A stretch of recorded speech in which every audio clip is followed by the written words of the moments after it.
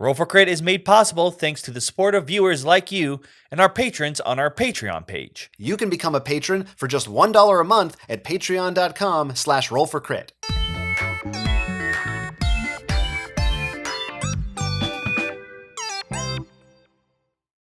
Welcome to Roll for Crit. We are here for Gen Con Online, and right now we are very happy to welcome Jamey Stegmaier of Stonemaier Games to the show. Thank you so much for taking the time to talk to us right now. Yeah. And we are going to start off by taking a look at the newest game that you announced and your very, very soon upcoming release, Pendulum. And for starters, for people who don't know, it would be great if you could walk us through exactly what kind of game it is and how it plays. Because I know, for me at least, when I first heard about it, there were certainly some aspects that I was trying to wrap my head around because I think it does some very unique things. Sure. Yeah. So Pendulum, I have it right behind me here. Hopefully that's on camera. It is a competitive, turnless worker placement game for 1 to 5 players that plays in around 60 to 90 minutes. And I think the turnless element and the simultaneous play elements and ultimately the real-time elements are the aspects of the game that are very different than some other games, and that I think had people a little confused and curious at the beginning. So I can maybe explain how that works in brief. It won't take much explanation. Basically, there are 3 different areas on the board, each associated with a different timer, 45 seconds, 2 minutes, and 3 minutes. And you can place workers in actions on those different sections. And the benefits you get from placing those workers on those actions depend on how long those workers are going to be locked into that action. So that's the real-time element. That's why the timers are there. So a worker that you put on a 3-minute action, that worker will be locked into that action for 3 minutes, as if you send them off in the world to do some big epic thing that takes a long time, and then you get that worker back after the 3 minutes. That benefit is going to be more powerful than a worker that you put on a 45-second area of the board where they are only there for 45 seconds. So it sounds like it kind of replicates the feeling of like a cooldown timer in a video game. Yeah, that's a good comparison. Yeah, and I've also compared it a lot to Tzolk'in. Tzolk'in is not a real-time game, but in Tzolk'in, if you put a worker on one of those gears and you take it off the next turn, you get a small benefit. But if you leave it on one of those gears for a long time, representing the time, literally the time they've been on the gear, they get a much better benefit. And I believe there is also you can play this in a non-real-time mode. Is that correct? That's correct. Yeah. Yeah. So one of the major. Yeah. Sorry. Go ahead. No, go ahead. Ask the question. Yeah. I was just going to say, how did that come about, and what does the real-time element bring to it that maybe you gain or lose something in trying either of the 2 different modes? Well, so yeah, the game was designed around the real-time element. But during the playtesting process, the blind playtesting process in particular, we found that the first game for any game is pretty crucial. There are plenty of games that you guys probably have on your shelf behind you that maybe you've only played once or twice. And so we know that as a publisher, we know that we want that first play to be a good experience. And so during playtesting, we found that some people felt a little stressed by the pressure of the time, even though it is not a frantic, frenetic, real-time game. And it boiled down to, for any game where you're learning the rules, but if you have to do so in real time, it can cause some frustration. So we were looking for ways to work around that and make the first play a better experience. And in doing so, Travis, the designer, identified a way that the game could be played without the timers, using there's a little tile and a token that we included for that tile where it's still turnless worker placement, but you go through kind of just step by step within each 6-minute time frame where you have a step where you flip a timer, but you're not really using the real time at all. And it makes the game a lot easier to learn. You can play a whole game that way. You can play just one of the 4 rounds that way as you're learning it, or multiple rounds. It's up to people. But the core idea was to make the first game easier to learn and a better experience than in real time. You mentioned how you looked at all this during the prototype session, and I'm curious because when you first announced the game, you said how it was the most played game during your testing day. I can't remember the exact what you call that in history, I think. What is that even like? Like, do you just have 50 games across a bunch of tables, or? Yeah, so it's called the Stonemaier Games Design Day, and it's an event we've run, I think, for around 6 years now. where we invite game designers and people who just want to playtest game designs from around the country. And it is called the Stonemaier Games Design Day. A lot of the games have most of them don't have any connection to Stonemaier Games at all. It's just random designers who want to share their work with others and get good feedback. Kind of like an unpub or a proto-spiel type event. But one of the little things that we do, because we host the event, we do use it as a chance to scout out games that we might want to publish. This was one that really stood out. It had the highest rating. It wasn't necessarily the most played, but it was the highest rated game in the history of Design Day. And so when I saw that rating, even though I must admit that when I originally saw that it had timers, because of my experience with real-time games, I dismissed it at first. I was like, yeah, timers aren't really my thing. But then when I saw that rating and I gave it a try, I loved it and wanted to publish it. It is something that I think when you see a game that has timers in it, you get a specific kind of sense of what kind of game it might be. And, usually they're more on like kind of, I think they're usually more in the party realm of games, perhaps, or it's maybe something like, I guess Space Alert it's a different kind of timer, but a little more frantic. But this definitely is, seems like a more in-depth strategy game. So how do you, I guess, how do you approach that with players, and how do you market it to people and get people to understand what kind of game this is? Well, part of it is through the normal things that we do for any new release, where we send out advanced copies of games to people to do how to play videos, to play through videos, things like that, to show people how it actually works. Because I think it's a game that you kind of have to see in action to really understand it. But we also spend a lot of time on the rule book. We like the not the part of the game that isn't real time. We worked on that a lot as well, and pretty crucially, we broke the game down into rounds. So if you had like a 90-minute game that was all real time, you would be exhausted afterward, I think. But we broke it down into 6-minute rounds, where you have a 6-minute round that's real time, and then you take a little break and do some upkeep things and collect your strategy, and then move on to the next real time round, and you do that 4 times. So breaking that into like palatable chunks, I think helped out a lot. Do you guys have a favorite game with timers or with a timed element? Well, I think Space Alert's the obvious quick one in kind of my head. Yeah. But I'm trying to go through my head now what uses a sand timer. Outside of us timing ourselves because we have terrible analysis paralysis. Yeah, if we had our way, every game would have a sand timer because that's necessary. Yeah. Certainly a lot of like the...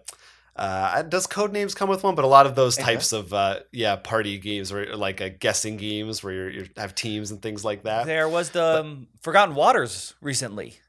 Timer. We're just very good. That's one of the few times we're really good at making sure we don't go over the clock there. Yeah. Yeah, that's a good one to point out. Now, this is your only release for 2020. Or only new game release. New game release, right. Besides expansions or anything like that. That's right. Which I would imagine has a little bit of added pressure. And I also feel like, for us at least, when we hear about a new Stonemaier game, I think for the whole hobby pretty much, you've reached a point where people sit up and take notice because you guys have put out really strong and very popular titles in the past. Do you feel that pressure on you with your games that you really have to like find the next or design the next best thing, or not? Or do you try to put that all out of your head when you're looking at games you're going to publish? I try to apply a healthy amount of it. Like I like a little bit of that pressure. I want the pressure to put out good games and great games and innovative games. And it's kind of a self-imposed constraint that we put on ourselves, that we only release 1 or 2 games a year. I feel like if we were, there aren't really many publishers left that do this, but there are a few publishers that publish, dozens and dozens of games every year. And I feel like if we got into that mode, the lack of pressure there, because you're just hoping for like one of those games to really take off at that point. Whereas if you just have one game, we really try to shine the spotlight on it and put all of our time and resources into that game. So I think it's a good amount of pressure. I'm at the stage right now where we're a few weeks away from the pre-release or the pre-order, where I'm just nervous. Like I want it to do well. I know how much it is important for the company and for the designer, but I hope it goes over well. And next week actually is when the reviews will come out. So that will have a big impact, I think, on the success of this game. If all the reviewers just don't like it for some reason that we missed, that will be a problem. But hopefully there will be good feedback for people to make an informed buying decision next week. How do you decide that? Because I know with pre-orders before, back when Wingspan came out, I know there was a whole rush and like you didn't expect that so many people would be like needing a copy. Do you worry first about number of copies? Is it like, okay, I need to make sure the reviews are within a week or 2 weeks? Like, how do you find, what's the formula there, I guess, for you to make sure that everyone is satisfied? Oh, no, everyone will not be satisfied. Well, the most, yes, no, not everyone, but a much higher percentage, I guess. Would be well, there are two elements to it, really. One is the timing of the reviews. So this time we have them come out a week before the pre-order. I got into maybe a little bit of controversy last year with Tapestry. When Tapestry came out, I had the reviews launch on the same day, which is a little bit more like Kickstarter campaigns. Like when you have a Kickstarter campaign launch, typically you don't have many reviews before the launch day. A few projects differ from that, but a lot of them happen on launch day because that way, if someone listens to a review and they're like, oh, I want the game, then they can go and click on it and buy it right away. They can act on that. Mm-hmm. So I like that a lot. But I got some good feedback about that, how people were a little frustrated. They felt pressured to make a decision right away, especially since the other part of our model, the other side of this, is that this isn't a pre-order where we're going to accept pre-orders and then go make the game. We've already made it. It's on ships headed to fulfillment centers right now. And so I gauged demand using a focus group of retailers and distributors to get an idea of how many I thought we should make in the first print run, but it is still a guessing game. I may have made too many, I may have made too few, I don't know. And so with Tapestry, there was definitely that pressure. I had already made all the games and people felt like they needed to rush to make a decision. Some of them consumed those reviews, some of them just trusted that the game looked cool. But I would rather people not have to feel that rush, especially in a real-time game where I don't want people to feel rushed. I want them to have a time to make an informed decision and decide if it's right for them. Ultimately, I think there might be a little bit of a rush on the actual pre-order day, but at least by then people will have a full week to decide if the game is a good fit for them. Yeah, it's a tricky thing that I think it's hard in the board game industry, and I don't know if anyone's really perfected it because especially with a big physical product and you have pieces coming from all kinds of different manufacturers. Too few is a problem. Too many is a problem. I know you've talked about this before on your blog posts and things like that. But yeah, it's challenging. Everyone's still trying to figure it out. I know you do, of course, have more stuff in the works, and mm-hmm. you send out in your emails you have a work in progress chart of like how far along different projects are. So we were wondering if maybe you could talk a little bit about the status of exactly what's going on right now at Stonemaier in regards to as many of those projects that you feel you're at liberty to tell us about right now. Sure. Yeah. Our entire schedule for this year was the My Little Scythe expansion, which is already out. That came out a few months ago. And then we have Pendulum, and then we'll have the Tapestry expansion. The first Tapestry expansion will come out. We'll actually start talking about it in the middle of August. Let me see what I can say about that right now, because I haven't talked about it very much. I've kind of tried to shine the spotlight on Pendulum right now, and I didn't want to detract from that too much. But I am really excited about it. It has some new landmark minis in it, but I think we priced it at a very reasonable level for an expansion that includes them. There's a new type of card in the game, but there's also more civs, more tapestry cards, things like that. And then we also have the Wingspan expansion, which we did start talking about a lot earlier this year. Not details, but we announced that it would be focused on the Oceania region of the world with Australia, New Zealand, islands around that area of the world. And I just got the pre-production copy the other day. I posted a kind of an obscured photo on Instagram today to show what my first play using the pre-production copy looked like. And usually with pre-production, that means that we got a copy before production started, and production is usually around 3 months. So it means that game is that expansion is about 3 months away from shipping out of China. So we're probably around 3 months away from talking about it, and then maybe 4.5 months away from the pre-order for it. Very excited for that. I love to add some emus to my little board. There is an emu in it. Yeah. Oh, there you go. That's a scoop. How do you approach expansions? We usually feel like there are kind of two different kinds of expansions. There's the ones that's like more stuff, and then there's the ones that are new additional stuff to add on to it. Do you have a preference for one or the other? For me as a gamer, I like expansions, even if it's a combination of those two things.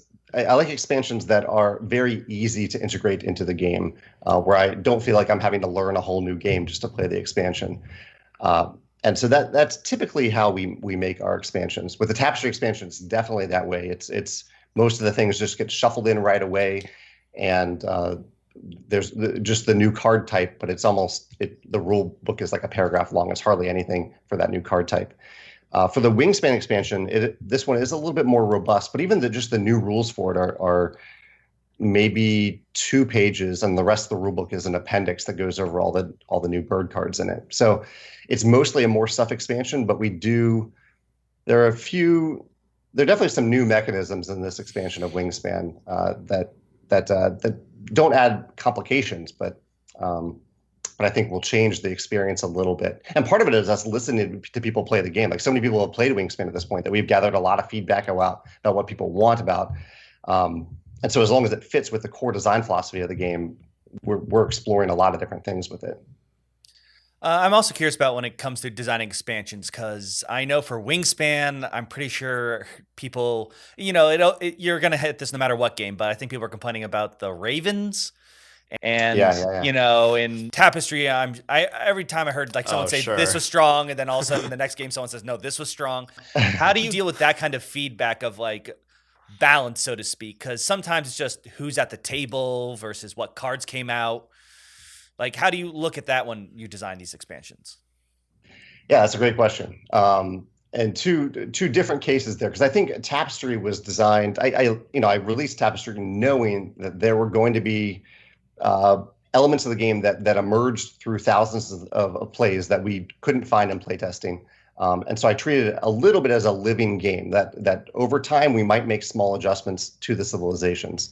That's why I asked people to report their winning civilizations and their final score. But I was hoping that there were a few that were a little less balanced than I really hoped they would be. And so for expansions, one of the things that we've added is there's a data analyst that I now share our playtest data with.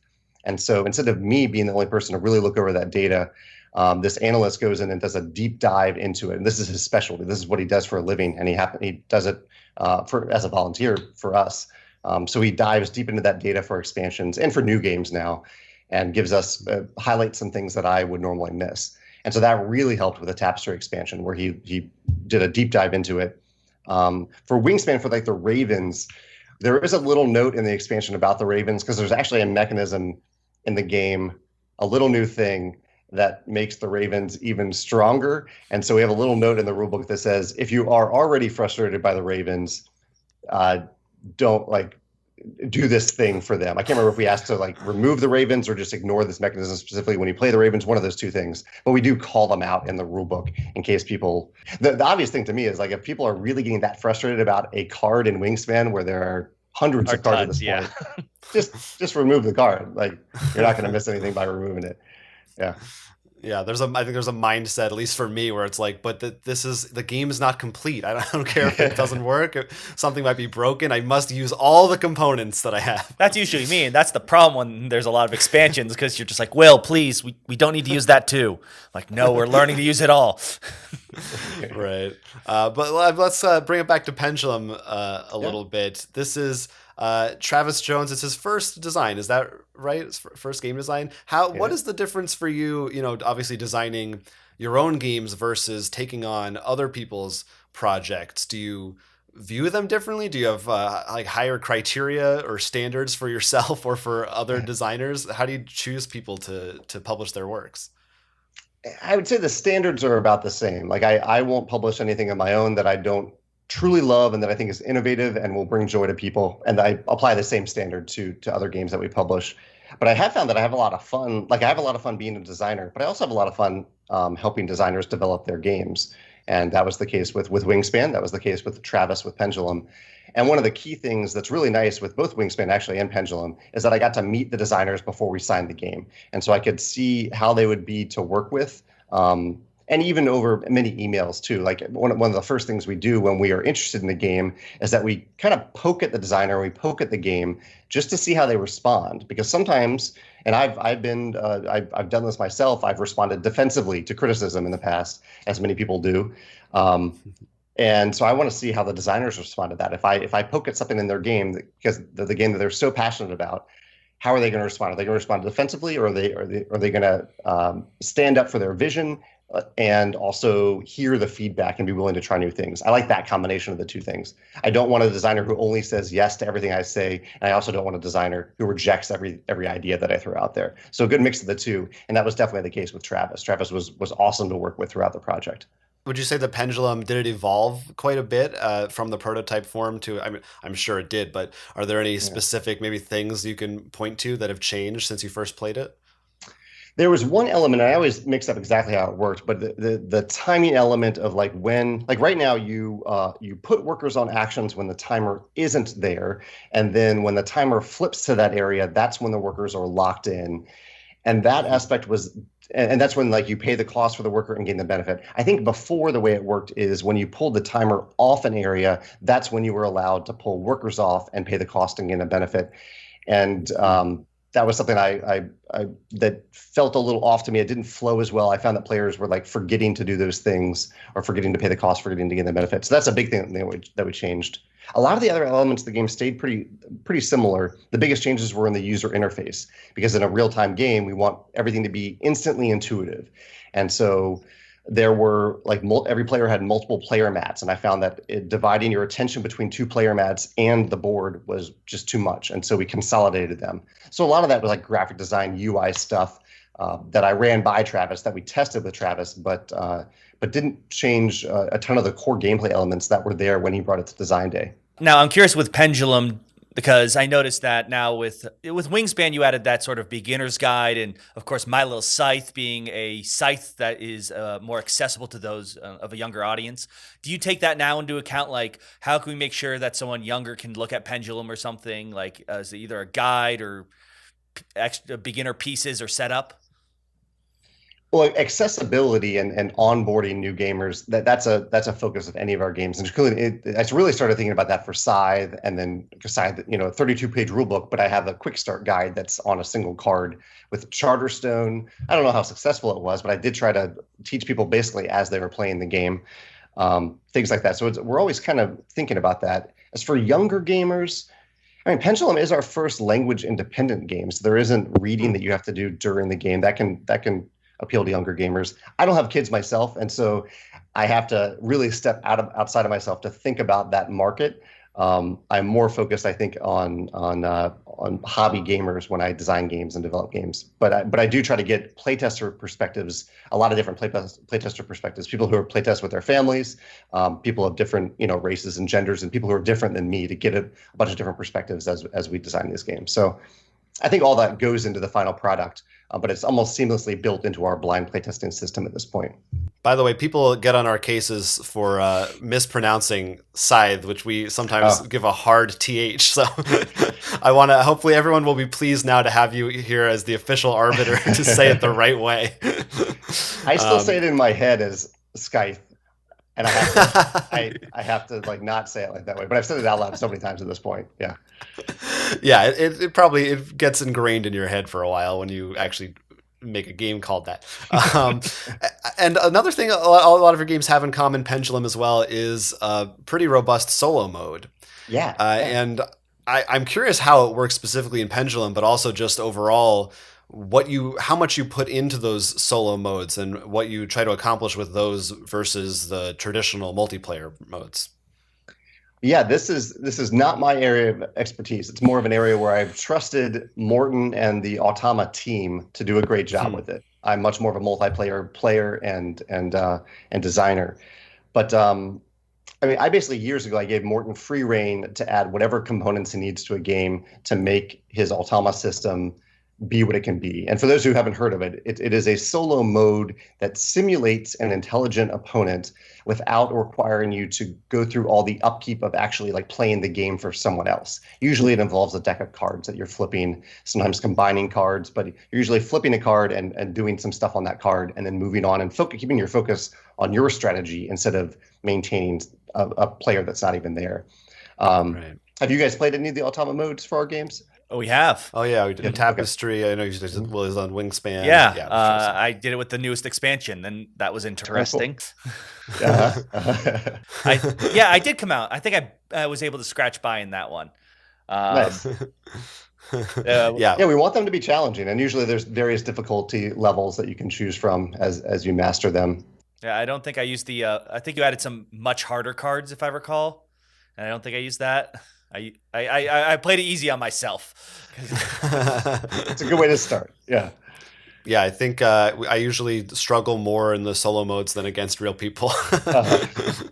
It depends on who you're playing with, I guess. But yeah, I agree. I like the philosophy that I always feel like solo games should be on the harder side, because if you just play it and beat it, then well, what's the point? You know, it's you want to be able to play it like 3 or 4 times before you can really get good at it and feel that struggle. You want to find that balance.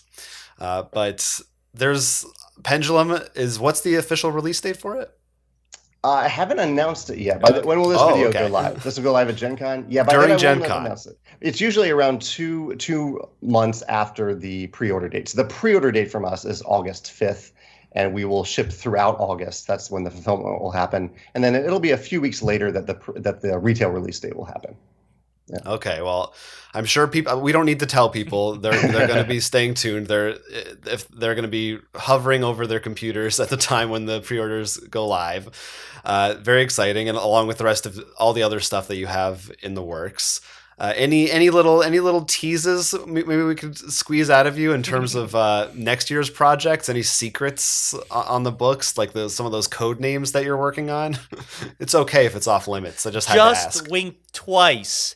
If one of those names are dinosaurs being added to Wingspan, I'll get it. Well, why don't you throw it? Well, I can say no. We aren't adding dinosaurs to Wingspan. But if you have any theories or conjectures, I'd be happy to. Oh man, maybe respond to that. I mean, what gold was one of them, right? Yes, I believe that's actually the pirate themed. That's my guess. Okay. And isn't there a cape as well? Cape, wild, and draw.